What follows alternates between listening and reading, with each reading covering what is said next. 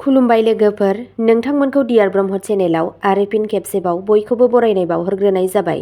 आं दिनै नोंथांमोननि सिगाङाव आरोबाव माखासे गोदान सानसेनि खौरां लानानै फैबावलायबाय। आसा खालामो नोंथांमोनहा खौरांखौ खोनासंनानै मोजां मोनगोन। दिनैनि गिबि खौराङावनो दङ चिरांनि रुनिखाथायाव 36 लाख रांनि देलायग्रा मुवा बोखांदों। कलकातानिफ्राय हिन्दुस्तानी इउनिलिभार देलायग्रा मुवाफोरखौ लानानै गुवाहाटी फारसे फैबाय थानाय AS01NC3091 रेजिस्ट्रेशननि 10 साखा गारिनिफ्राय सोमोनांथाव लुथिनायनि मोनसे सनसनाथाव जाथाया मंगलबाराव सोराङाव फैदों।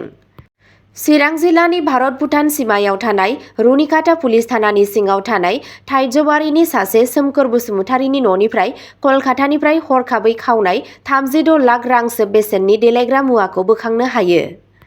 न'नि बिगोमा सोमखोर बसुमतारीखौ रुनिखाता पुलिस थानानि पुलिसआ हमदोंमोन, जाय खावनाय बेसादफोरखौ गंनै खथायाव दोनथुमदोंमोन।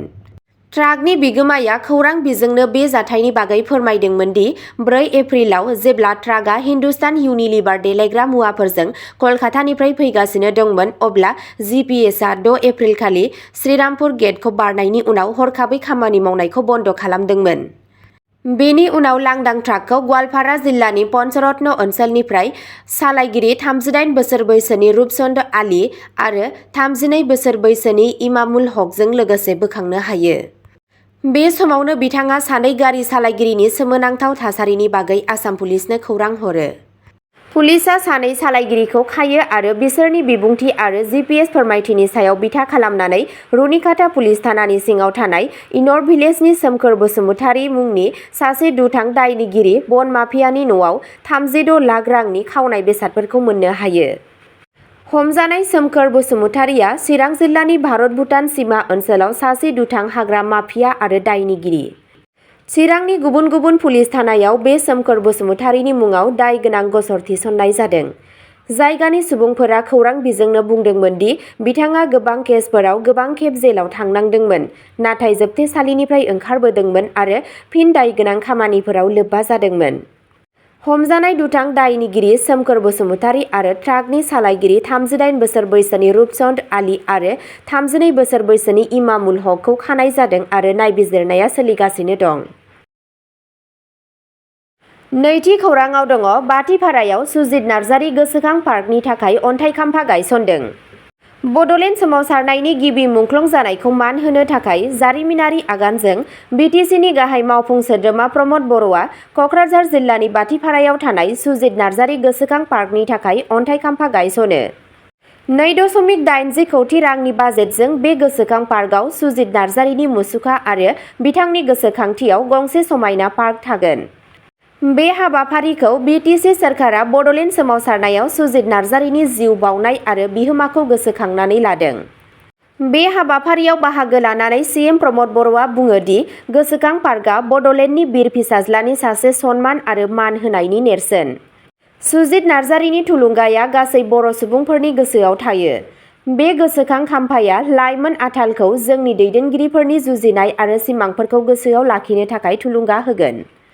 बे हाबाफारियाव गोबां गोनां दैदेनगिरि आरो गेदेमा सुबुंफोरा बाहागो लादोंमोन, जेराव बर' कसारी वेलफेयार डेभेलपमेन्ट काउन्सिलनि मावफुं सोद्रोमा रमिय' पि नार्जारी आरो दुलाराय बर' फरायसा आफादनि लेङाइ आफादगिरि खोरोमदाव औवारी दंमोन।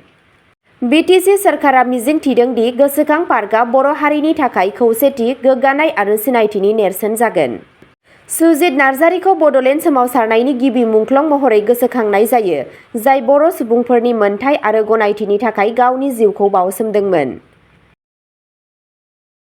थामथि खौराङाव दङ क'क्राझाराव गोबां रावारि सोदोब बिजाब फोसावदों। बिटिआरनि मानगोनां सीएम श्री प्रमद बर'आ मैया क'क्राझारनि बड'फा कालचारेल कमप्लेक्सआव मोनसे मोननै रावारि सोदोब बिजाब बेखेवदों। बे बिजाबखौ बिटिआर सरकारनि कमिउनिटि भिजन डकुमेन्ट हाबाफारिनि सिङाव बिटिसिनि आइपिआर बिफाना फोसावदों। बे बिजाबाव मोन 9 ओनसोलारि रावफोर बड', डिमासा, सान्ताल, जेमे नागा, हमार कार्बि, हिन्दी, असमिया आरो बांलायाव 1000 सरासनस्रा इंराजि सोदोबफोरखौ राव दानस्लायनाय दं। बे ओनसोलनि गुबुन रावफोरखौ लाफानाय गुबुन मोनसे खोन्दोखौ थाबैनो फोसावनाय जागोन। बे हाबाफारिनि थांखिया खौसेथिखौ बांहोनाय, साबसिन सुंज्रोब आरो बिटिआरनि हारिमुआरि आरो राव बायदि रोखोमखौ संरैखा खालामनाय। बे हाबाफारियाव बाहागो लादोंमोन मानगोनां बिटिसिनि बुंथिगिरि श्री कातिराम बर', बड' कसारी वेलफेयार अट'नमास काउन्सिलनि लेङाइ CM Shri Romeo' P Narzary, बिटिसिनि एमसिएलएफोर आरो बिटिआरनि मोन 26 हारिनि दैदेनगिरिफोर। ब्रैथि खौराङाव दङ इउनाइटेड आरो भाइब्रेन्ट बिटिआरनि थाखाय सुबुरुनारि मेल खुंदों। मोनसे थाफादेरनाय आरो जौगाखां बिटिआरनि फारसे मोनसे गेदेर आगानाव बिटिआर सोरखारा क'क्राझारनि बड'फा कालचारेल कमप्लेक्सआव गुबुन गुबुन हारिनि आफादफोरजों मोनसे बोसोनगिरि मेल खुंदों। बिटिआरनि सिएम श्री प्रमद बर'आ मेलखौ दैदेनदोंमोन आरो हारिनि दैदेनगिरिफोरजों सावरायदोंमोन। बे सावरायनाया बिटिआरआव थानाय गासैबो हारिनि सिमां, गोनांथिफोर आरो गोनांथिफोरखौ सोफादेरनो थाखाय कमिउनिटि भिजन डकुमेन्टखौ साबसिन खालामनायाव मिरु खालामदोंमोन। बे नाजानाया समाजनि गासैबो थाखोनि खौसेथि, गोजोन आरो जौगानायनि फारसे बिटिआर सोरखारनि रादाय होनायखौ दिन्थियो।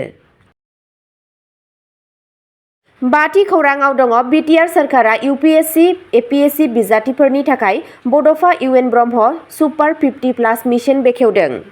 बड'लेण्ड टेरिटरियेल रिजन बिटिआरआ सोलोंथायारि बोसोर 2025-26 नि थाखाय बिटिआरनिफ्राय इउपिएससि आरो एपिएससि बिजाथिफोरनि थाखाय बेसेन नाङै थाग्रा कचिं होनो थाखाय बड'फा इउएन ब्रह्म सुपार 50+ मिशन जागायदों। बे जर'खा मिशननि थांखिया बिटिआरनि रोंग'थि गोनां लाइमोनफोरखौ सुबुं सिबिथाइ आनजादफोराव जाफुंसार जानायाव मदद होनाय। गासै 100 मासिफोर दं। गोजौसिन 50 मासिखौ मेरिटनि सायाव सायख'नाय जागोन आरो आद्रा थानाय 50 मासिफोरा बिटिआरनि 25 गुबुन गुबुन हारिफोरनि थान्दैखौ रोखा खालामगोन। बिनायसाफोरा बिटिआरनि अरायथा थागिरि आरो ग्रेजुवेटफोर जानांगोन। जोबथा बोसोरनि फरायसाफोराबो आर'ज गाबनो हागोन। सायख'नाय बिखान्थियाव प्रिलिम्स, मेन्स, इन्टारभिउ आरो काउन्सेलिं दंफायो। बिटिआर सोरखारा गासै खरसानि 75% मदद होगोन, जेराव सायख'जानाय बिनायसाफोरा थाखो जागायनायनि सिगां 25% होगोन। आर'जलाइफोरा 8 एप्रिल 2025 निफ्राय 30 एप्रिल 2025 सिम अनलाइन खुला दं। आर'जलाइफोरा 8 एप्रिल 2025 निफ्राय 30 एप्रिल 2025 सिम अनलाइन खुला दं। एप्लाइ खालामनो थाखाय education.bodoland.gov.in आव थांनानै नायहैनो हागोन। फरायफारिया 1 जुलाइ 2025 निफ्राय जागायगोन आरो 30 जुन 2026 मायथाइयाव जोबगोन। बे मिशनआ बिटिआर सोरखारनि इयुनखौ महर होनो आरो लाइमोनफोरखौ हादोरखौ दैदेननो थाखाय गोहो होनायखौ दिन्थियो। 6थि खौराङाव दङ गुवाहाटीआव गोदान जौनि सम। जौनि गलाफोरा हरनि 11 रिंगासिम खुला थागोन। आसाम आबखारि बिफानआ मावख'आरि महरै गुवाहाटी नोगोरमायाव जौनि गला आरो बारफोरनि जोबनायनि समखौ बारायना होबाय। गोदान नेमखान्थि बायदियै IMFL अफ गलाफोर जाय न'आव बाहायनो थाखाय जौ फानो दा हरनि 11 रिंगासिम खुला थानो हागोन। सिगाङाव बिसोरो सिगाङाव बन्द खालामनांगौ जायोमोन। जौ होग्रा बार, क्लाब आरो रेस्टुरेन्ट IMFL अन गलाफोरा दा फुंनि 12:30 रिंगासिम खुलिनो हागोन। बे गोदान समफोरा खालि गुवाहाटीआवल' बाहायजायो आरो गोख्रैनो गोहोम गोग्लैयो। बेनि सिगाङाव 5 एप्रिलाव आलासि सिबिनाय दारिमिनखौ हेफाजाब होनो थाखाय गासै आसामाव बार समखौ बारायनायनि बाथ्रा सावरायनाय जादोंमोन। बबेखानि गिबि मन्थ्रि हिमन्त बिश्व शर्माया डिब्रुगड़आव फोसावनायनि उनाव गोनो गोथो सोमजिदोंमोन दि आसामाव जौनि गलाफोरा फुंनि 2 रिंगासिम खुला थागोन। बेयो रायजो राजाफोरनि गेजेराव दान्थे बिदान्थे आरो साननाय सोमजिहोदोंमोन। उनाव गिबि मन्थ्रिया ससियेल मिडियायाव रोखा खालामदोंमोन दि बारायनाय समा खालि गुवाहाटी नोगोरमानि थाखायल', गासै रायजोनि थाखाय नङा। आबखारि बिफाननिफ्राय मोनसे मावख'आरि फोसावथायनि गेजेरजों गोदान समफोरखौ रोखा खालामनाय जादोंमोन।